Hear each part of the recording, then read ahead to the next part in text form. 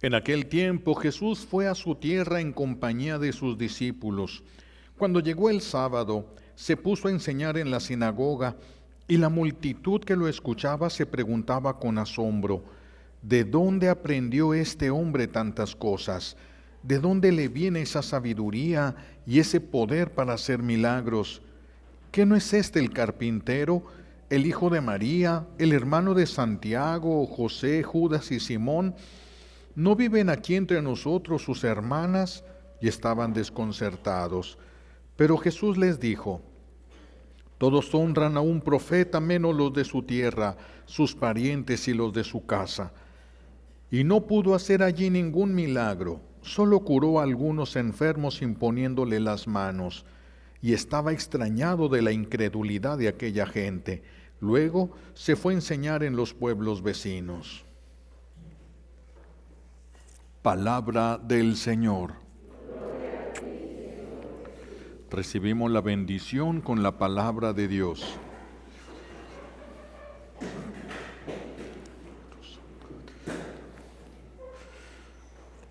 Sentados, por favor.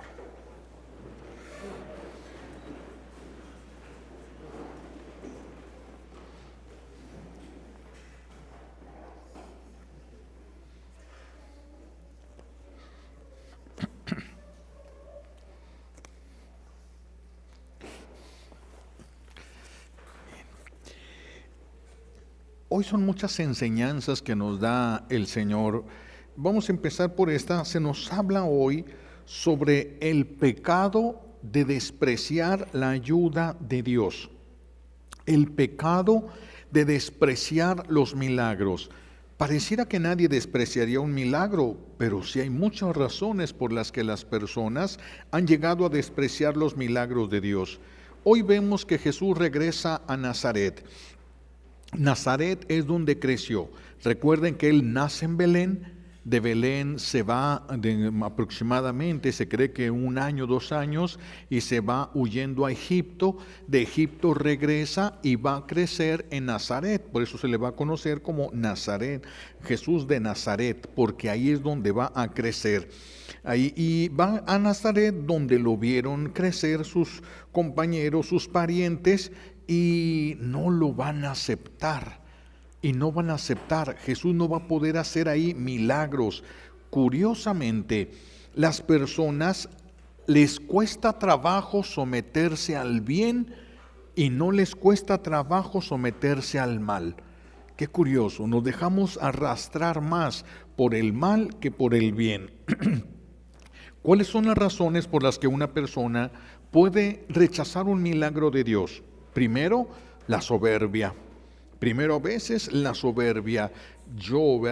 ¿Cómo esto va a ser posible?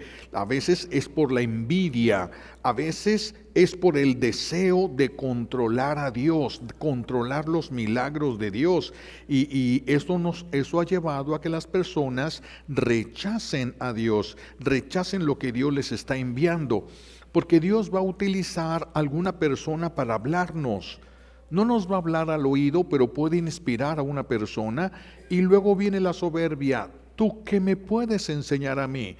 Yo tengo años aquí, yo sé de esto, yo estudié, yo aquí. Y la soberbia no nos permite a veces escuchar lo que Dios nos mandaba decir y que era necesario que nosotros lo escucháramos y le hiciéramos caso. A veces la soberbia, a veces la envidia, a veces el deseo de controlar a Dios. Y eso sigue pasando hasta los días de hoy. Sigue pasando. Vamos a escuchar a mucha gente cuando se oyen de los nuevos profetas. Sigue habiendo profetas. Dios nunca ha dejado de hablar. Hay una revelación privada es la Biblia, pero también hay revelaciones particulares que nunca ha dejado de haber. El Señor sigue hablando a las personas a través de otras personas. Pero luego vienen todos estos defectos de la soberbia. ¿Y por qué la Virgen le habla a esa persona y por qué no me habla a mí? Si la Virgen está hablando, ¿por qué no me lo dice a mí? ¿O por qué no se lo dice a alguien de los grandes para poder creerle, a un obispo? Alguien, como que uno dijera, alguien que esté por encima de mí, no por debajo de mí. Esa es la soberbia. Y a veces se rechaza el mensaje de Dios simplemente porque nos negamos a creerle a alguien a quien consideramos nosotros inferior a nosotros, porque los consideramos inferiores. ¿Verdad?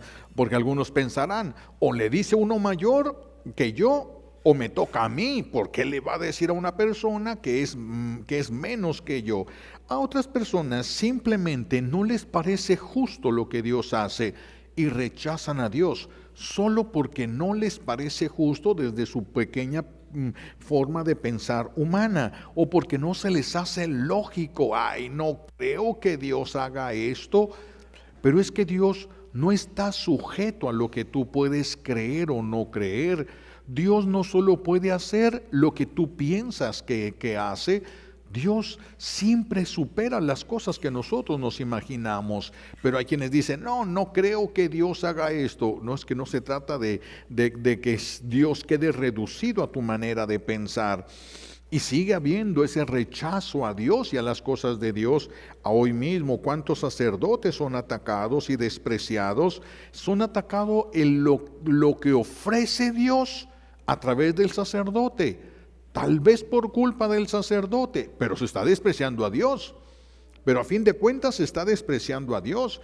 Se desprecia el perdón sacramental, se desprecia la comunión del cuerpo y la sangre de Cristo, porque dicen que ese sacerdote es una persona indigna de recibir todo lo que ha recibido, ni siquiera debería de ser sacerdote. Cuidado, es Dios el que escoge, y Dios no escoge lo mejor, escoge a quien Él quiere.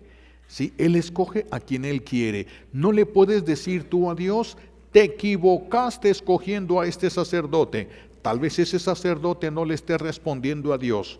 Tal vez por eso estén las cosas como están, pero Dios no se equivoca. Si ese sacerdote le responde a Dios, Dios lo santifica también a él y a todos los que Dios les ha confiado. Entonces Dios nunca se equivoca, pero no podemos despreciar lo que Dios nos envía a través de una persona solo porque no nos guste a nosotros esa manera de ser, esa manera de actuar. Y es cuando entra la soberbia en nosotros. Es cuando entra la soberbia. ¿Cómo le voy a decir yo mis pecados a una persona que es hasta más pecadora que yo? Y tal vez sí sea cierto. Tal vez el sacerdote sea más pecador que esa persona. Es muy cierto. Pero Jesús decidió darle a ese sacerdote la potestad de perdonar.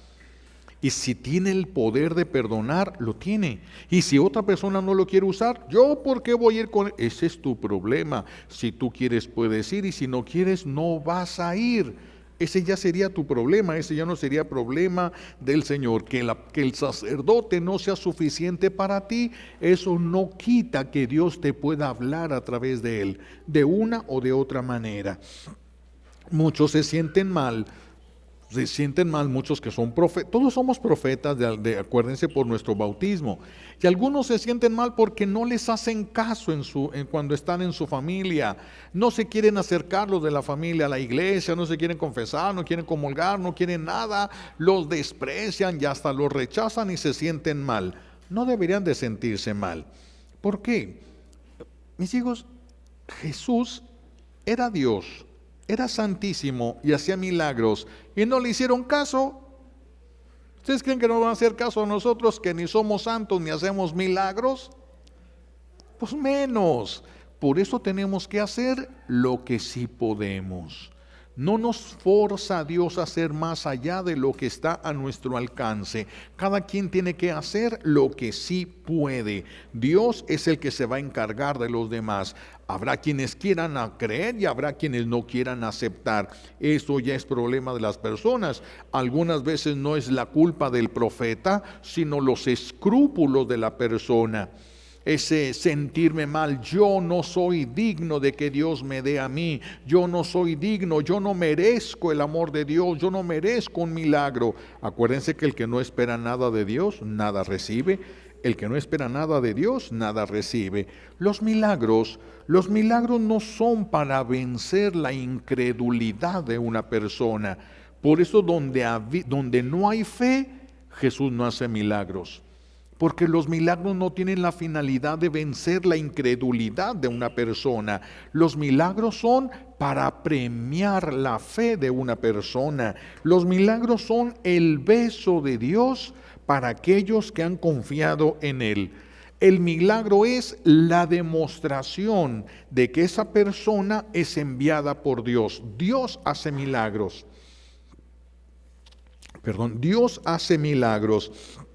Y entonces el milagro es la firma que Dios pone. Este viene de parte mía. Aquí hay un hecho extraordinario.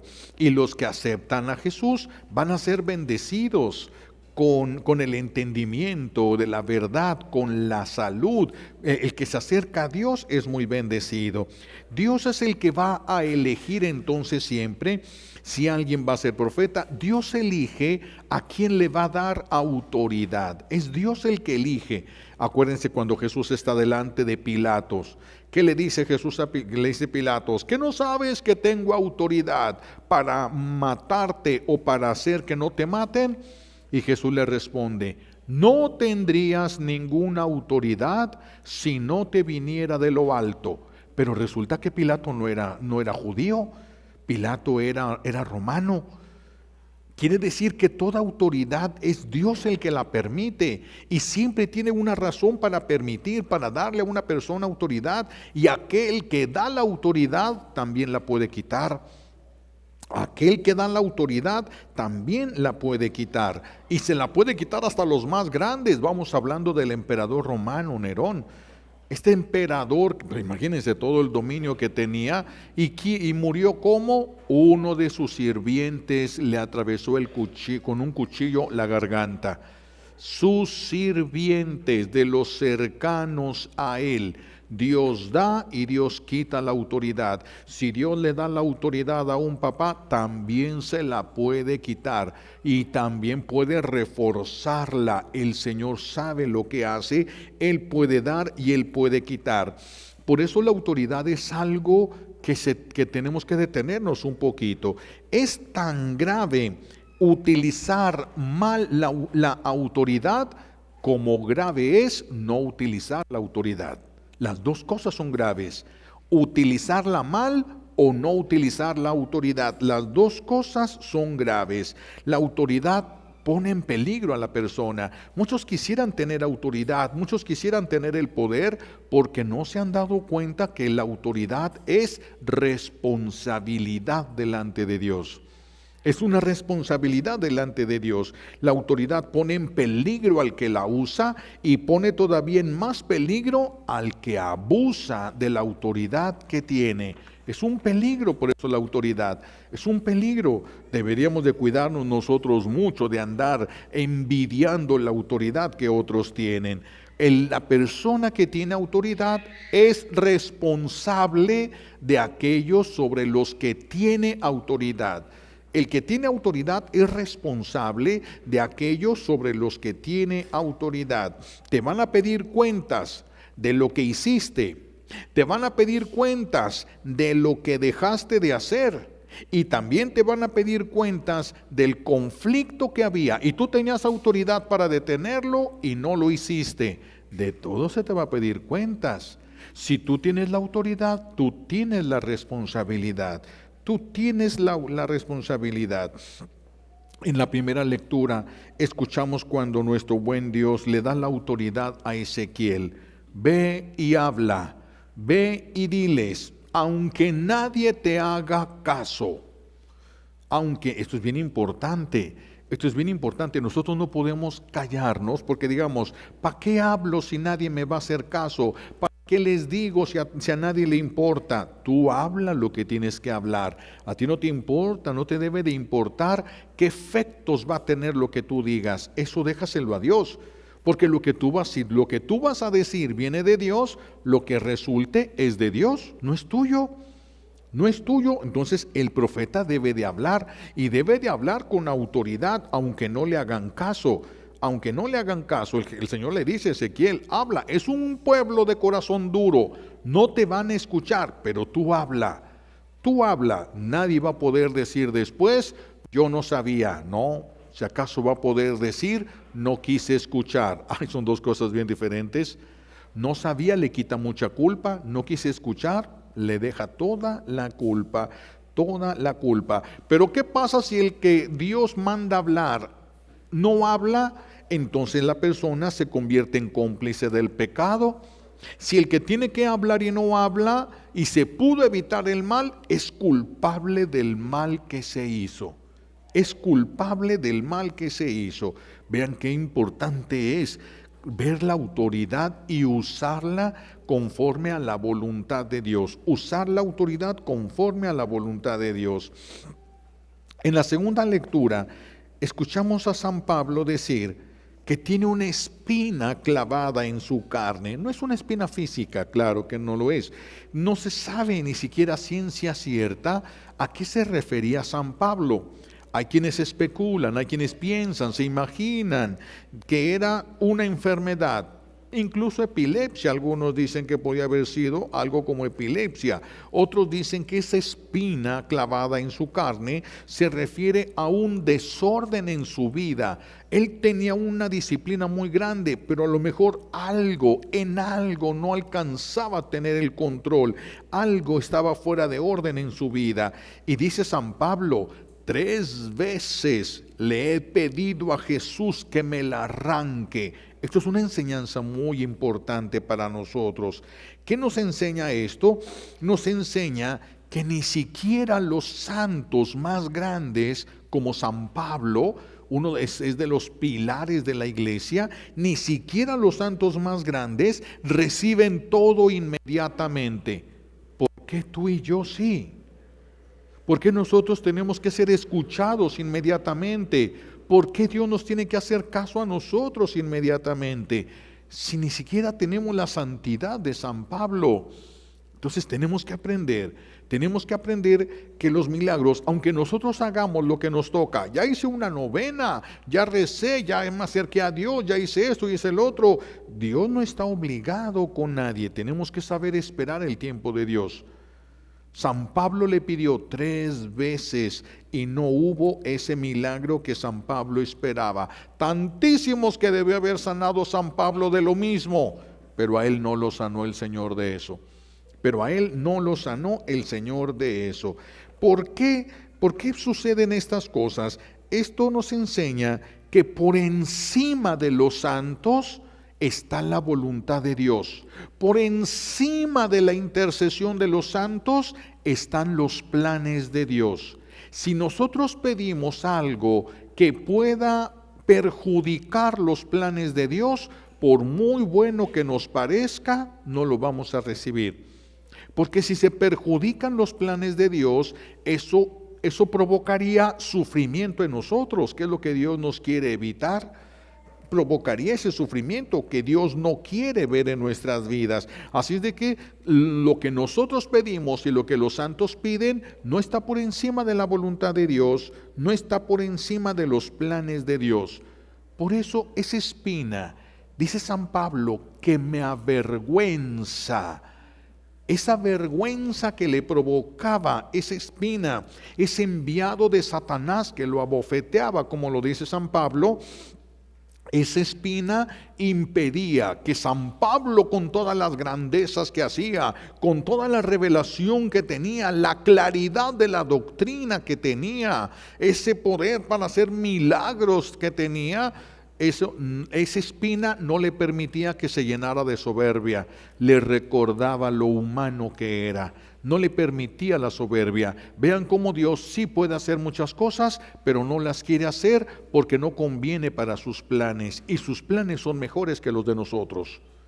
Y los planes de Dios son mejores que nuestros planes. Deberíamos de aprender a tener confianza en el Señor. Confianza en el Señor.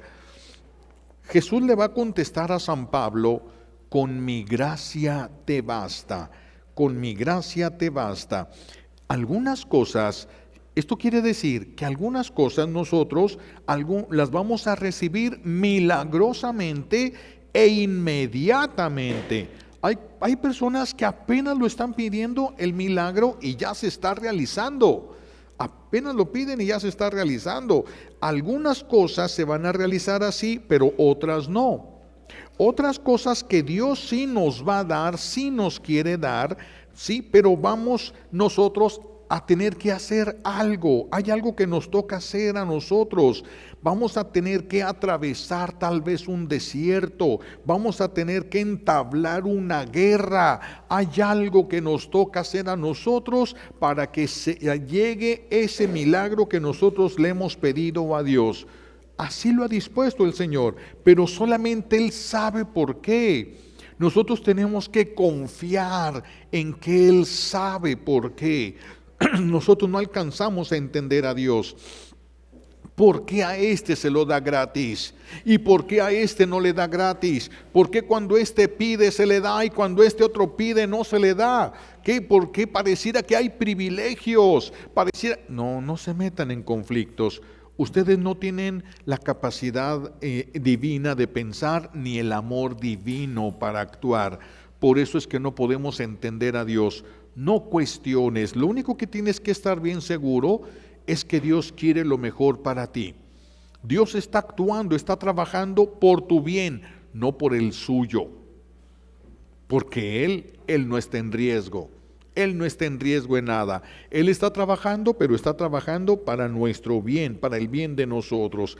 Que alguien se lo da gratis, Él sabrá. Que alguien le va a costar, Él sabrá. Que alguien sí lo libró de esto, qué bueno. Al otro no lo libró, solo Dios sabe. Solo Dios entiende. Nosotros, ¿qué vamos a poder entender de los planes de Dios? Somos demasiado pequeños para entender el grandísimo plan de Dios. Suficiente es que sepamos qué es lo que tenemos que hacer nosotros, qué es lo que Dios nos pide que hagamos dentro de sus planes. Lo demás se lo debemos dejar en Él, teniendo confianza en el amor que Él nos tiene. En el amor, Él sabe qué dar, cuándo dar, a quién sí, a quién no, hasta qué grado, todo lo sabe Él. Y con justicia divina. San Pablo también nos dice nos ofrece otra gran enseñanza. Muy a gusto presumo de mis debilidades, dice San Pablo. Qué curioso, porque casi nadie presume de sus debilidades. Casi todos escondemos las debilidades, como si la debilidad fuera algo malo. Pero vamos a entender a qué se refiere San Pablo cuando dice esa frase, muy a gusto presumo de mis debilidades. Dice San Pablo, porque cuando soy débil, entonces soy fuerte. Ahí está la clave entonces, porque cuando soy débil, entonces soy fuerte. Vamos a ver cómo podemos explicarnos en esto. Voy a utilizar unos ejemplos que me ayuden a explicarme yo. Cuando un niño tiene su bicicleta y se le descompone, y le echa ganas, agarra las herramientas de su papá, se las presta a su papá y está tratando de arreglar su bicicleta, pero no entiende cómo se maneja, cómo está hecha una bicicleta. Hace aquí, le hace allá y no sale, se va una semana, 2 semanas, 3 semanas, un mes, intenta con su bicicleta, pero no le sale nada, hasta que de repente dice, no puedo. Ya se dio cuenta, tomó conciencia de sus límites. No puedo. Voltea y le dice a su papá, papá, ¿me ayudas? Y llega el papá, se asoma, ve la bicicleta. Él sí conoce cómo está la bicicleta. Nada más, hazle por aquí esa cosa y por acá. Lo hace el niño y funciona la bicicleta. Cuando soy débil, soy fuerte. Puedo más cuando reconozco mis debilidades delante de Dios. Puedo más porque lo dejo que actúe. Ya no soy yo puedo, sino Él. ¿Sí? Y Dios puede hacer cosas enormes. Llega el niño y le dice a su papá, papá, ¿me ayudas a sacar la bicicleta que tengo en el taller? ¿Cuánto tienes que pagar? Le pregunta el papá. 1,000 pesos. Bueno, ¿cuánto tienes? Porque le dijo, ¿me completas? ¿Cuánto tienes? 10 pesos. Cuando soy pequeño, soy más grande. Cuando dependo yo de Dios, pero ya una vez que yo hice lo que podía, este niño no le dice no tengo nada, Sí, junté todo lo que podía, pero nomás son 10 pesos. De aquí a que junte todo eso, pues ya se hizo, ya quién sabe cuántos años pasen. Esto es lo que yo puedo. ¿Me ayudas con lo que no puedo? Sí, pero es con lo que no puedo. No es querer que Dios haga todo en nuestra vida. Dios no es papi, Dios es Padre. Entonces, cuando nosotros reconocemos nuestros límites, pero es porque llegamos a los límites. Ya no tengo fuerza para hacer más, porque ya llegué hasta donde dan mis fuerzas. Ese es mi límite, esa es mi debilidad. Hasta aquí llego, lo demás le toca a Dios. Dichosos los que reconocen sus límites y muy a gusto van a poder presumir de sus debilidades, porque el Señor se va a encargar de lo que ellos no pueden. Pero siempre y cuando ellos hagan lo que sí pueden, lo humanamente posible, lo humanamente posible. A veces la ayuda va a ser no recibir ayuda. Parece contradictorio, pero no lo es. ¿Por qué? A ver, la mamá le va a ayudar al niño en su escuela y para eso el niño va a hacer la tarea. ¿Qué es ayuda cómo le ayuda más la mamá? ¿Haciendo ella la tarea o dejando que el niño se esfuerce? Dejando que el niño se esfuerce, porque si ella hace la tarea, el niño no va a aprender nada, no va a practicar nada de lo que ya aprendió. Entonces a veces ayudar es no ayudar, a veces ayudar no es ayudar. Tenemos que esforzarnos, tenemos que llegar hasta donde podemos. Esto sí lo puedo y hasta donde yo pueda llegar, hasta ahí tengo que llegar. Y entonces ya me abandono en Dios. Y el milagro puede venir inmediato o se puede tardar, Dios sabrá. Eso ya no depende de mí, ya depende de Dios, de la sabiduría de Dios, del amor que Dios me tiene a mí. Por eso el enemigo de Dios trabaja con tanta intensidad sobre aquellos que tienen autoridad, porque quiere utilizar la autoridad que te ha dado, la quiere utilizar para su reino.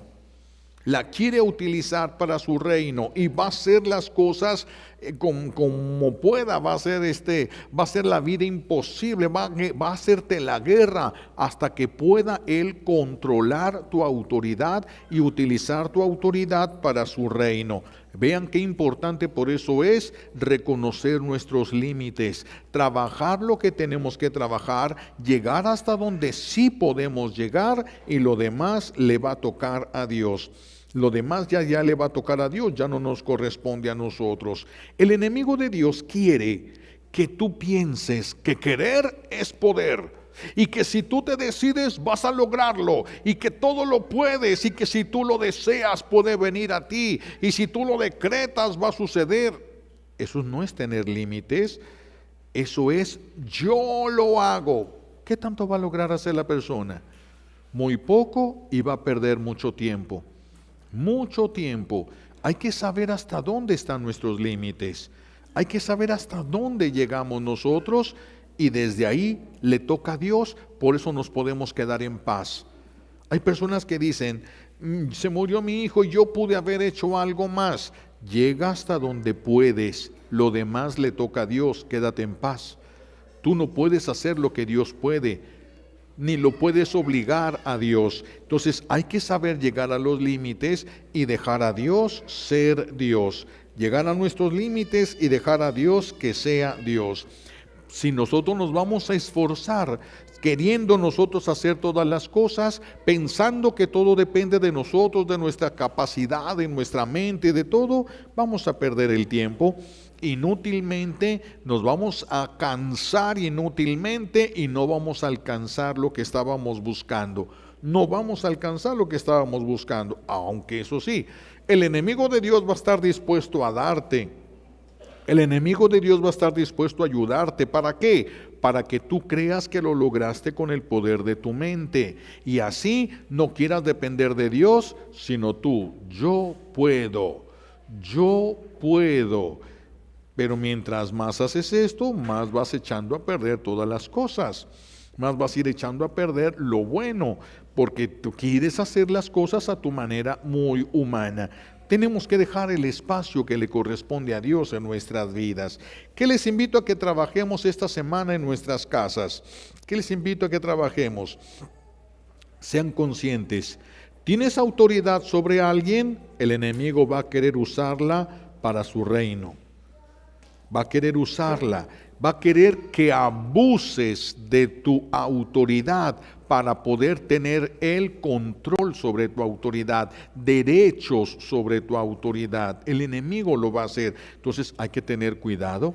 Nosotros tenemos que tener cuidado porque vamos a ser atacados por el enemigo de Dios para esto. El que tenga autoridad, sépalo. El papá no puede gritar, va a hacerse así porque lo digo yo, porque aquí mando yo. No, no se hace por eso.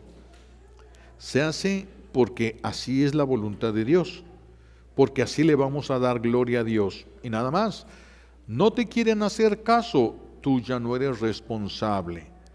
Si tú lo expusiste a tiempo, ya no eres responsable. Pero eso es pedir ayuda a Dios, por eso es pedir ayuda a tiempo. No hasta que ya las cosas rebasan, hasta que la persona ya esté en el hospital. No, hay que saber pedir la ayuda a tiempo, no estar dependiendo de nosotros. Esa autoridad de nosotros, el enemigo va a tratar de utilizarla para él. Otra cosa, revisa si tú has rechazado los milagros de Dios, si tú has rechazado lo que Dios te ha querido decir a través de alguna persona.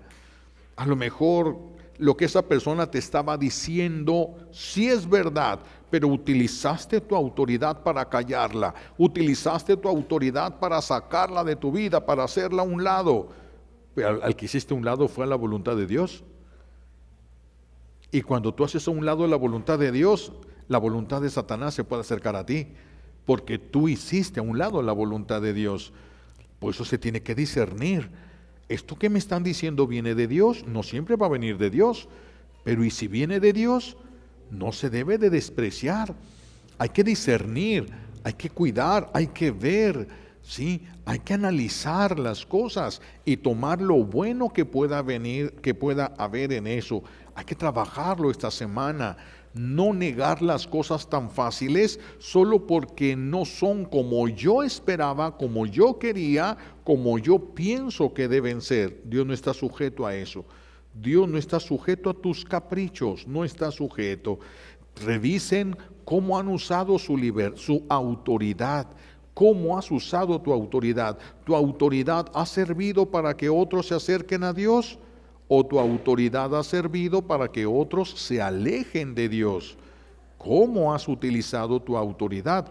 Hay quienes tienen autoridad, pero el enemigo de Dios se encarga de que llegue un espíritu de capataz y entonces la persona va a utilizar su autoridad para aplastar, para gritar, para imponer por el espíritu que trae. Por el espíritu que trae. Por eso tenemos que revisar cómo usamos nuestra autoridad, cómo la usamos. Tenemos que usarla. No usarla es una falta y usarla mal también es una falta. Por eso tenemos que detener nuestra vida y revisar cómo estamos haciendo uso de la autoridad que Dios nos dio. Esta semana también los invito a pedir paciencia, la virtud de la paciencia, porque necesitamos aprender a esperar el tiempo de Dios. Ya le pediste, ahora espera el tiempo de Dios. Ya le dijiste, ahora espera el tiempo de Dios. No va a ser cuando tú quieres y como tú quieres. ¿Por qué? Porque nosotros no sabemos cuándo es lo mejor. Nosotros no sabemos qué es lo mejor. Si nosotros supiéramos qué es lo mejor y qué nos lleva a la felicidad, seríamos felices. Y miren la cara que traen. Entonces sí queremos, pero no conocemos la realidad. Nos imaginamos que son cosas buenas y a veces no lo son. Deja que Dios actúe por eso. Aprende a esperar de Dios. Haz lo humanamente posible y aprende a quedarte en paz.